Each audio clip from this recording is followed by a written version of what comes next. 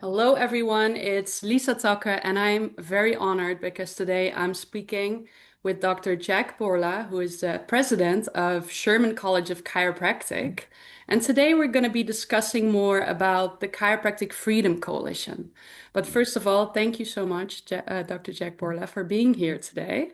Thank you. And please call me Jack. That doctor stuff makes me feel too old. Will do. Thank you.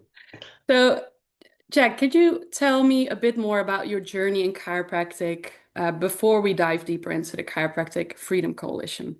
Sure. Um, Chiropractic was never on my radar as a young boy. My parents are immigrants from Algeria, and my father heard that the streets in America were paved with gold, and so he wanted some. So he dragged my mother across the ocean in a boat to New York. From New York, they made their way to California, which is where my sister and I were born and raised. And as a Jewish boy, Lisa, I really only had two choices as to what I could be in life. One was an attorney, and the other was a medical doctor. Mm. And I knew I didn't want to argue with people all day long because that's what marriage is for. So I decided I was going to become a medical doctor. And what I wanted to do is I wanted to specialize in cosmetic surgery for disfigured kids. Back when I was a young boy, we had these things called magazines. I don't know if you're familiar with them, but they're paper and there's words and there's pictures.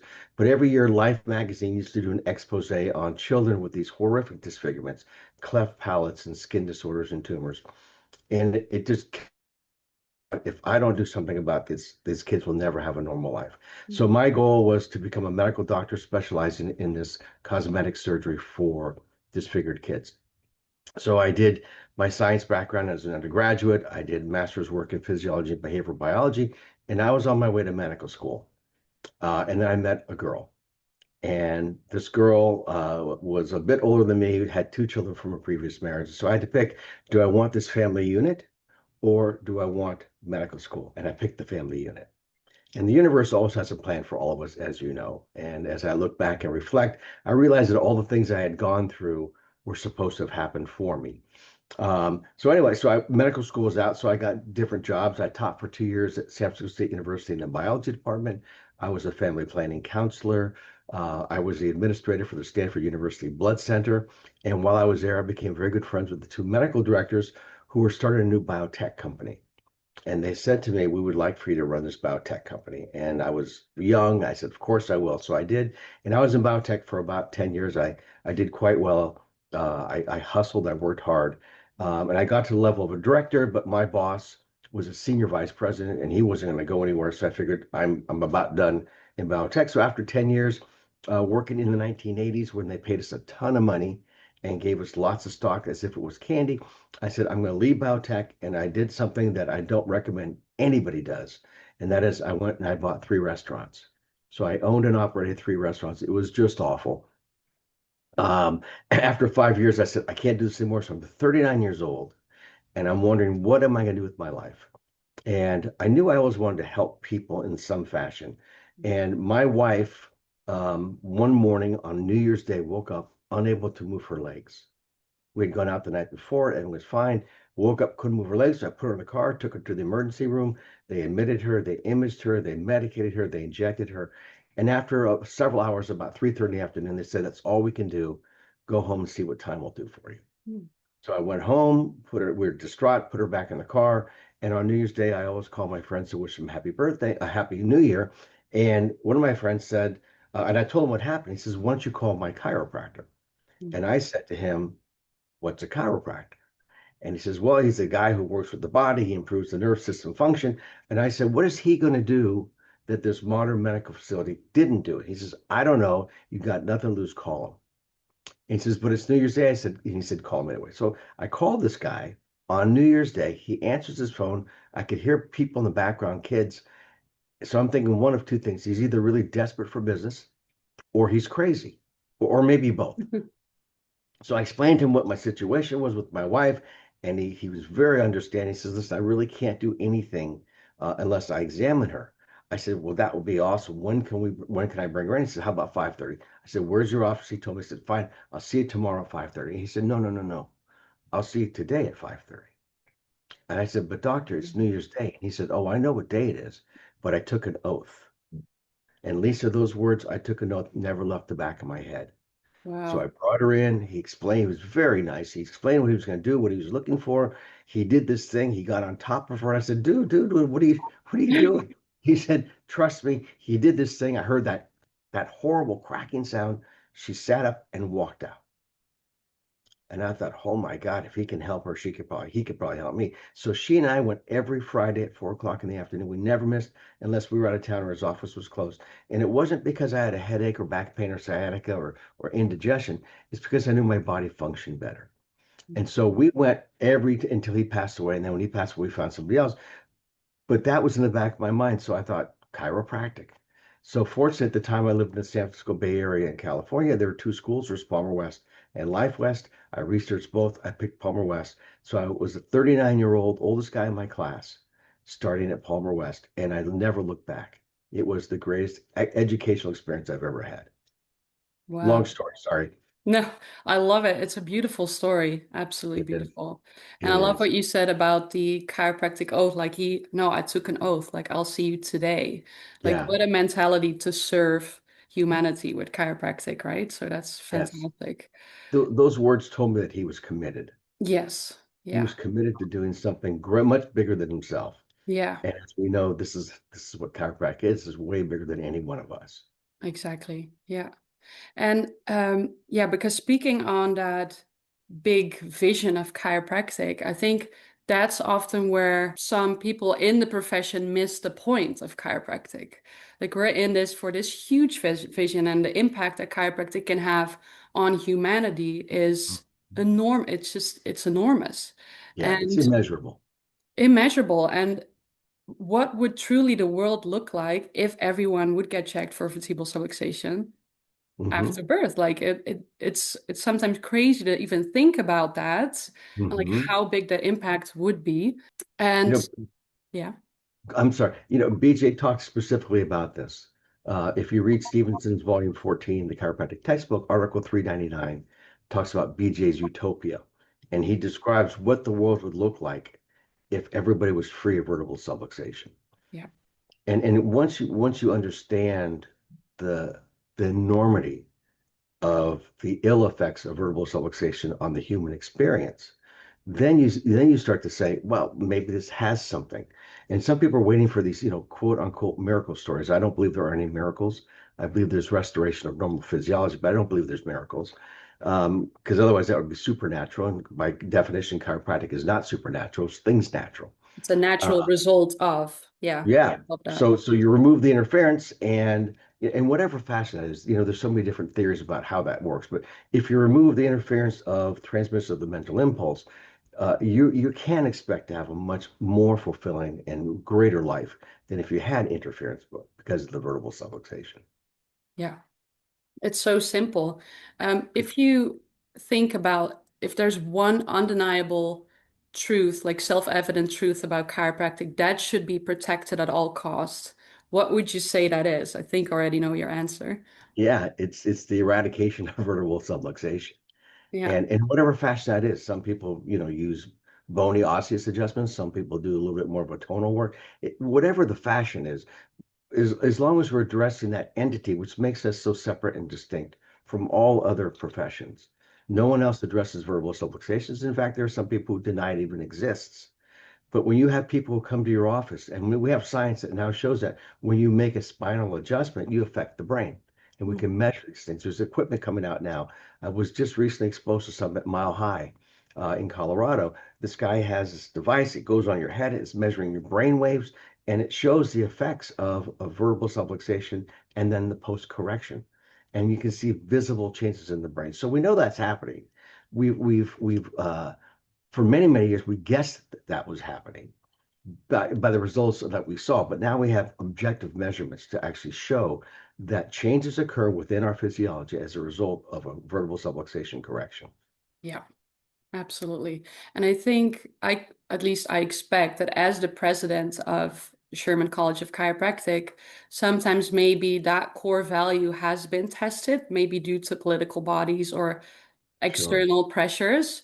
Could you Yeah, speak a bit more on that? Maybe you have some personal experience in that regard. sure. Um, we were all asked. by D.D. Palmer and subsequently by B.J. Palmer to guard the sacred trust. And this is a term they used to talk about the profession of chiropractic and what it can do for humanity. In fact, they give us an admonishment, so that you could be yelled at, but being admonished is really kind of severe. But they admonish us to keep chiropractic pure, unmixed, unadulterated, and unsullied. Um, and that means that, so what is the essence of chiropractic? Well, the essence of chiropractic is built and designed around this entity, which we call the vertebral subluxation. Now, subluxation is a medical terminology. If you talk to any orthopedist, they can tell you what a subluxation is. But we have the vertebral subluxation. So we specify the spine as our entry into the nerve system. And it makes sense from an anatomical perspective. There are some people who believe that the vertebral subluxation is a historical concept and it shouldn't be taught in schools. And to those people, I say, why are you a chiropractor? We have a definition of chiropractic. It's been written in Stevenson's textbook. It was endorsed by B.J. Palmer in 1927. B.J. Palmer died in 1967. So he had 34 years to go back and take away his endorsement of the content and now granted there are some mistakes in volume 14, just like there are mistakes in medical physiology textbooks. But BJ had an opportunity to go back and say, you know what, after reflecting, after more experimentation, after more research for my clinics, I have found that this is just not really true. He didn't do that. He never once went back and said, this is not true. So his endorsement stands even today. And the definition of chiropractic is in that textbook. And what's interesting is that I'm a stickler for details. I'm kind of an OCD kind of a guy. And I look at grammar and punctuation as indicators of speech and thought. And at the end of the definition of chiropractic in Stevenson's textbook, there's a punctuation mark, and it's called a period. And so when you see a period, that tells you end of thought, you're done, move on to the next thing. Now, my question is, who are we to put a question mark where BJ put a period? So either you're in this profession or you're not. Now, I understand that many schools have gone away from the vertebral subluxation. And that's their prerogative, and I'm not going to criticize them for that. I know that Sherman College, as long as I'm here, I know as long as Tom Gilardi started the college and all the subsequent presidents have been here, and I'm here now, we will not let go of the vertebral subluxation as our reason for being. Yep. And in fact, our mission statement here at Sherman College has the word vertebral subluxation in it, and I believe we're the only college that does. Yep. So we are committed to teaching our students to locate, analyze, and assist the body to correct vertebral subluxation. Yep. That's our reason for being. Anything outside of that, chiropractors can do, but it's not chiropractic. So as long as you stay within the definition of chiropractic, you're performing chiropractic. Now you can do other things, and lots of people do. And I'm not going to criticize you for that, but I do believe that in some cases it's going to dilute the effects of the chiropractic adjustment. But that's what Sherman's here for. That's the only reason we're here. We're really good at what we do. And the reason I know that we're really good at what we do is, first of all, we put out really good chiropractors. But more importantly, if you look at our faculty, we have some of the biggest names in chiropractic on our campus teaching vertebral subluxation correction. Yep. That's a big testament to who we are and what we do. 100% beautiful. Yeah. And I think it is also interesting when we would compare, like, for example, dentistry, using the word cavity. For years, it's been as old as who As knows how me, old, as old as as you me. do. So, but they're not saying, hey, this has been used so long, like we need to now redefine or throw the word out because it's gotten old. Yeah, or You not know, address it.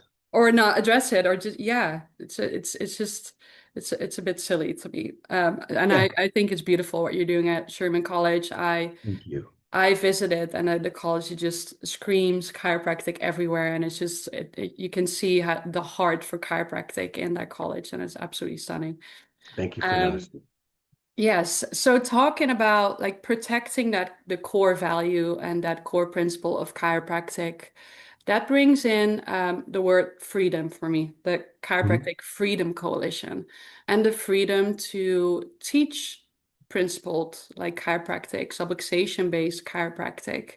So how did you first hear of the Chiropractic Freedom Coalition and why were you passionate to get involved in it?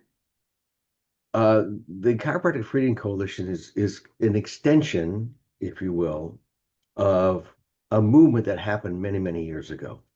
And the same people, well, some we've lost some unfortunately, but the same people who were involved in this idea of protecting the sacred trust, guarding it well, are still involved today. Because once you have a conviction about something, it's hard to move you. You can be committed to something that can change with new circumstances. But when you have a conviction, I believe it's something which enters your DNA. And so many, many years ago, I became convicted to maintain chiropractic in its purest form. And if you'd like, I can tell you the story of what caused that conviction. But either you're going to be 100% into something or you're not. And I'm the type of person that gets 100% into something. So I became 100% into chiropractic. And it happened early on. It was solidified with an event that occurred in my life, which is why I'm so passionate about chiropractic. And I'm reminded about chiropractic on a daily basis, how important it is. If I don't know if you ever heard the story about my son Evan, I think but I have. I think I know where you're going with this. yeah, so my wife was pregnant with our son Evan while she was getting her master's in space engineering. The first year of the program was in Beijing, China. The second year was in Strasbourg, France. And so she was pregnant with our son while she was in Strasbourg, France. And we would talk every night on Skype. Mm. And she said one night, I would really like to have a home delivery. And my first thought as a male chauvinist pig was, there's this thing called hospitals. Why don't we just go there? And she said, I really want to do the natural birth. And I said, look, it's your body. Of course, we're going to do whatever you want. So I said, let's research independently midwives in our areas and we'll compare notes and then we'll decide what we want to do. And so we did that and we compared notes. And believe it or not, we agreed on the same person. This is one of the only times we ever agreed on anything, which was awesome. So we agreed on this woman and her team. And so when my wife came back from Strasbourg, France, we attended every Wednesday night and every Saturday all day with other couples and learned what a home delivery was going to look like. And our son Evan was due on August 11th. And on July 30th, we were at the veterinarian's with one of our dogs and her water broke. Mm. And so, like most men whose partners water break, I freaked out. She's calming me down as if I'm having the baby. And, we calm down and we go home. We call our midwife, Rosanna. I tell her what's going on. It was about 5:30 in the afternoon. And she said, you know what to do. We're right in the middle of another delivery. We'll get there as soon as we can. But you do the exercises and all the techniques that we taught you. So we did all that. And with each passing moment, Lisa, the moans and groans were getting louder and the intervals were getting shorter, Mm. which caused my level of freak out even higher. Finally, around 9:30 at night, there was a knock on our door, and there was five women. The midwife team was out. I was never so happy to see five women on the front porch at 9:30 at night. They came in and Roseanne took over and she examined my wife, Erin, and she said she's fully dilated. This baby should come out. She did all the things, all the things, all the things. She examined her again and she said, we need to call an ambulance because Evan passed his first bowel movement meconium, which if that gets aspirated into his lungs could Mm. cause irreparable damage. So we call an ambulance, transport her to the emergency room. Fortunately for us, in the emergency room was a midwife. So our midwife exchanged information with that midwife. And the midwife said to me, I need to examine your wife. I said, you do whatever you need to do to make sure that this woman and this child leave this hospital in good shape. Mm. So she examines my wife and she said, she's fully dilated. This baby should come out. I need to monitor the baby. So they put this electrode on Evan's scalp, which Mm. apparently measures vital functions. Mm. And she said, this baby is in great distress. We need to call an emergency pediatrician. Mm. I said, you can call God. I don't care who you call. Mm. You get somebody in there. So she was doing her whatever she was doing, and I was standing right next to her. And as she was doing something, in walks this young boy with a white lab coat on. And Mm. this is my emergency room pediatrician. Mm. And I said to him, where's your father? Who Mm. are you? You're too young to be doing. So as he walks in, out comes my son, Evan. And I had been present for my daughter's live birth. So I know what that looks like. Mm. He came out white, motionless, not a noise. Um, his eyes, which are this beautiful blue-green eyes, were kind of yellow-brown. He just looked like a reptile and with no motion. And she brings him out, she cuts the umbilical cord, and she gives him to the doctor. And off they go, and they start to do the work. My wife has no idea what's going on. So, and she was exhausted because she'd been pushing for so long. I said, look at, just relax. I'm going to go check with the doctor and see how the baby is. So I went to the doctor. I said, doctor, listen, give it to me straight. What's going on? She said, we don't know. I said, what do you mean? He says, well, the problem was that the reason he wasn't coming out is because part of my wife's cervix was caught on his forehead. So for about 10 hours, this was going on for a Mm-hmm. young spine and nerve system. So he says, we don't know how much of the meconium he's aspirated because he's under the impression that this is the meconium. And he said, I said, so what are what are the options? He said, well, one is he could die. I said, okay, that's not an option. What else you got? He says, well, he could be there for several weeks. It depends on what the meconium has done to his body. I said, what's the plan? He says, we're going to take him up into the NICU. We'll work on him for a few hours. We'll call you with a status report. You just go get your wife settled. And I said to him, doctor, before you go, I would like my wife to hold him for just a moment with what little life he had in him.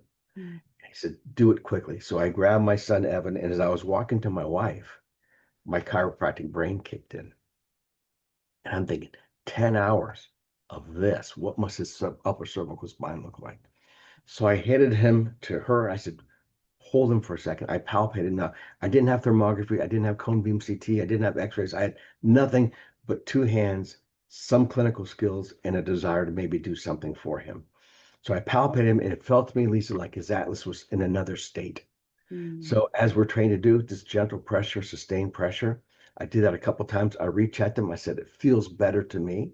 So I gave him back to the doctor, and up they went into the NICU.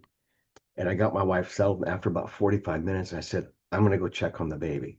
So I went to the NICU. The NICU's designed so that there's a window that you can look through. There's the anteroom, like an airlock, and the room itself. And I could see in the room itself, at the very far end, the doctor and nurse were standing at the foot of the bassinet, and they were doing nothing. And my first thought was, he died. Mm-hmm. So I bust through the room, no gown, no mask, no nothing. I bust through. I walk, and as I'm approaching the bassinet closer and closer, I can hear crying louder and louder. And I approach the bassinet. I look inside, and there's my kid just crying his eyes out. And I said, doctor, what happened? He says, we don't know, but his APGAR score, which is a scoring system for children, is 9 plus. You can see he's breathing, he's crying, his body's fully infused with blood, he's motion. You can take him. So I grabbed my son Evan out of that NICU, and as I was walking out, I thought to myself, what if the only reason I went to chiropractic college was to deliver that one adjustment? And that was the day I became convicted. All the hours in the chair, all the hours studying, the $100,000 of debt, taking time away from my family and friends for opportunities to deliver that one adjustment. And I said, that for me was it. And from that day on, I became a much, much more convicted chiropractor because I know that the effects of a vertebral subluxation can be the difference between life and death, full expression of life, and not the full expression of life. So that's why I feel so passionate about chiropractic. And I'm reminded every day, Lisa, when I look into his beautiful blue-green eyes in the morning when I kiss him good morning, and at nighttime when I kiss him good night, the reason I'm doing what I'm doing is because there are people like Evan all over the place. Yeah. If we don't go out and provide our very unique, separate, and distinct service, Yeah. there may not be a bunch of Evans. So that's why I'm passionate. That's why I've joined the Coalition for Chiropractic Freedom. Um, I think that if you've had chiropractic training in the truest sense, you could not want to be in this coalition. Now, I don't think we need to be obnoxious and rebels and criticize. I don't think we need to do that at all. I think we need to just, it's an education process. Yeah. We need to educate others who may not have had the training that we have been blessed to be given. And then we have to empower them to be strong in their conviction. And I think once we do that, then we're going to do all our small part to make humanity a better humanity, a kinder humanity, a more loving humanity. Wow. Thank you for sharing that. That's You're a welcome. beautiful story. And I think you're so right about like the infighting has lasted long enough. Too Long long. enough. Too long. If we can just come together on the one thing that we all address. Yeah. And that's what I love about the Chiropractic Freedom Coalition because it's not an organization. It's a Yeah. movement. We're all Right. coming together. It's not just chiropractors, it's also chiropractic advocates. There's Hmm. students all over Sure. the world. People are coming together to protect that one thing that distincts Yeah. us from any other profession, like you said before. Yeah. Just that, like You would hope, right? You would hope Yeah. something that's simple. That's Yeah. simple. It's so Uh, simple. but people who have not been exposed Yeah. uh, to the degree that they probably should have been if they gone through a chiropractic college. Because again, chiropractic is defined for us. You Yeah. can't redefine something that's already defined by the founder and the developer. Yeah. So they started this thing. If you don't like it, terrific. This is, the land of opportunity. Go Yeah. do something else. Yeah. But don't change that which has already been established and Yeah. that has been proven over 130 years to be efficacious. Yeah. And now that the science has really caught up and the technology has caught up, and we can show the physiological changes that take place that coincide with a better life expression. Hmm. Why would you want to argue against that? Yeah. And why would you want to take that away? Why would you say it's a historical concept that shouldn't be taught in schools? Yeah. Absolutely. And I think that has a lot to do with at least what I've learned, with a lot of the accreditation bodies, political bodies, and slowly and surely, all these organizations are coming more together and moving the profession into a different direction than that core principle. Um, Sure. and I think a lot of people are unaware about that happening, and that it is so important that we actually start to speak up now and Mm. protect chiropractic in this regard. And that is also what we're trying to do with the Chiropractic Freedom Coalition, to create more awareness around that. Yeah. Um, which is, yeah, again, what I love about it. Yeah. One of the things, Lisa, I think many of us can agree on is that chiropractic should remain a drugless profession. Yeah. I think that's something that we should all agree on as a foundational understanding. Um, if you haven't had training in vertebral subluxation, first of all, I'm sorry. You should have, especially if you're a chiropractor. Um, we should maintain the purity of chiropractic, understanding that chiropractic and chiropractors are different. Mhm. Chiropractic is the definition of service. Chiropractors provide the service, but chiropractors can choose within their entity, wherever they practice, if it's legal, ethical, and moral, they can do other things. Like, for example, if you were a nutritionist and you studied nutrition for many, many years and you got turned on to chiropractic and you became a chiropractor, should you abandon nutrition? I don't think so. Mhm. I don't think so. If you were a personal trainer and you knew a lot about the motions of the body, would you give that? No, that's an ancillary service. But I think that as chiropractors, we have an obligation to start with the vertebral subluxation Yeah. and make sure that we're really, really good at the analysis, the location, and the assisting the body to correct the vertebral subluxation. That should be our reason for being. Other things that you feel as a professional and as a trained and educated professional, if you believe that would help your patients achieve whatever their goals are, Mhm. that's between you and them. But the profession really requires that we remain vertebral subluxation as a center of why we're here. Mhm. Yeah. And I think we've lost that over time. BJ warned us of this. Mhm. Uh, Tom Gilardi and Betty Gilardi, the co-founders of this college, when they were in school, they decided that they were going to make sure that chiropractic remained as pure as possible, which is why they opened Sherman. They named it after Lyle Sherman, who was BJ Palmer's research director. Mhm. And they came to South Carolina to open a college that maintained the purity and the essence of chiropractic, which is the verbal subluxation correction. That's what we do. That's all that we do. We're super, super good at it. I don't say that arrogantly. I say that because we have evidence of it. Yeah.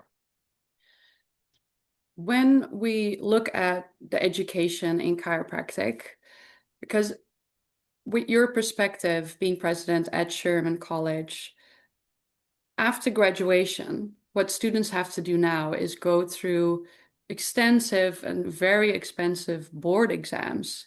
Yeah. Um, what are your views on that, like regarding the future and where, because one of the points of the Chiropractic Freedom Coalition is to get rid of one part of the board exams, not Yeah. all, but one part of it.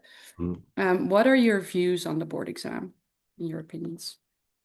My personal opinion is that we should not get rid of just one of them. We should get rid of all of them. Because if they're all testing competence, isn't that the college's responsibility? Isn't that our responsibility? Our faculty is tasked with providing education for our students, And in order to progress from one quarter to the next, you have had to have passed the classes. Now, we don't have faculty here that is paid to lie and say, yes, they're competent when they're not. And we have evidence to show that when you don't successfully complete a class, you either repeat it and sometimes you actually become academically dismissed. We've had to do that. It's heartbreaking when that happens, but it does happen. Yeah. And or people have to repeat classes. So here's how I see things. This particular college, Sherman College of Chiropractic in South Carolina, has three accrediting bodies. We have the CCE, the Chiropractic Council on Education. We have SACS, which is our regional accreditor, and then we have the IACE, the International Accreditation of Chiropractic Education. And we have these three bodies looking at our curriculum. The CCE is the primary one because Mm. they have been given the authority by the Department of Education in the United States to monitor programs to make sure they're doing things successfully and as they claim they do. Mm. So we have the CC looking over every part of our program, every single part. They were recently here and they found that we were deficient in one area and they gave us a warning and we corrected it and took the warning away. It's public record. Yeah. But they are overseeing everything that we're doing. So we have the obligation to make sure that we're graduating competent and safe chiropractors is on the college, and that's being overseen by the CCE, by SACS, and by IACE. Yeah. So if we have the school saying these are competent and safe chiropractors, and we have these accreditation agencies who say, yes, you've done what you said you were going to do, why do we need to have a self-appointed independent testing agency second guessing us, number one? Number two, who's overseeing them? Yeah. Right? Our accreditation bodies have people who oversee that. We are being overseen by our accreditation agencies who are being overseen by the U.S. Department of Education. Yeah. Who is overseeing this exam provider? Yeah. Number one. And number two, why isn't it open to multiple exam providers? Yeah. If these exams are necessary, why does one organization have the right to be the sole tester? So I have a problem with that. I have a problem with uh, the part one, part two, part three. These are the basic sciences. We test thoroughly, very thoroughly, our students in order to pass them into the next quarter. And every quarter builds upon the one before it. So by the time you get through 14 quarters, you're academically prepared, you're clinically prepared, and because you're at Sherman, you have business experience. You won't graduate with an MBA, but you will have some business experience when you leave here, because we want to make sure that when you leave, that you can, number one, service your debt, but provide the highest quality service that you can, which is the analysis, location, and correction of verbal subluxation. Yes. I don't think that we need to have someone else overseeing us. Part four is the big talk these days, and I understand that. And I know that medicine and physical therapy, they've done away with their part four. They put the obligation on the colleges to determine competency and safety. I think that we should be afforded the same opportunity. Um, Now there's discussion about centralizing this exam to Greeley, Colorado. Um, there's pros and cons about that. Depends on what your perspective is. From my perspective, I think it's an additional obligation and expense and stress on our students. They have to travel. And yes, you can take it many, many times during the year, which is awesome. But first of all, I don't think you need to take it because I don't think that the obligation Yeah. is on them. I think it's on us to make sure that we are producing competent and safe chiropractors. And I'll tell you, I was part of the first classes that took part four. And I studied hard for part four because I graduated when I was 42 years old. I did not have time to waste. And I knew that if I had failed part four, I would have to wait 6 months to maybe even a year to take it again.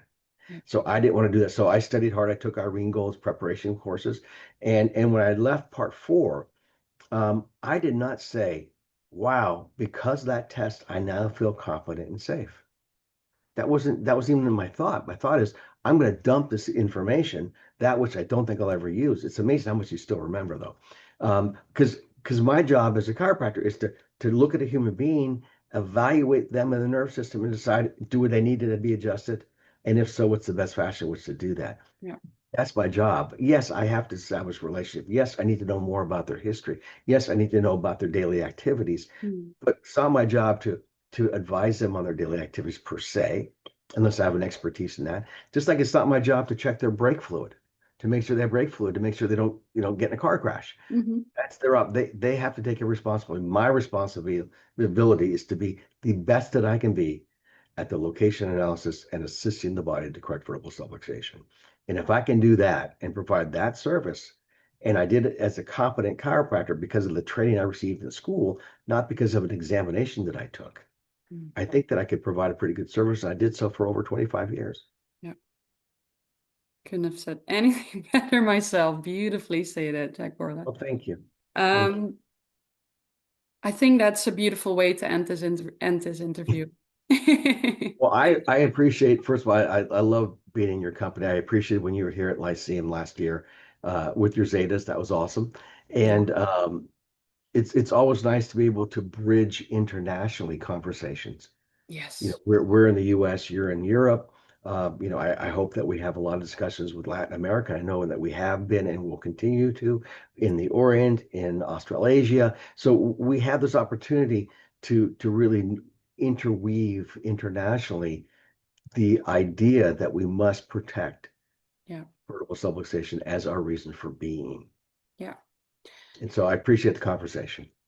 Absolutely. And I think also from a perspective, being from Europe, like we don't have the board exams.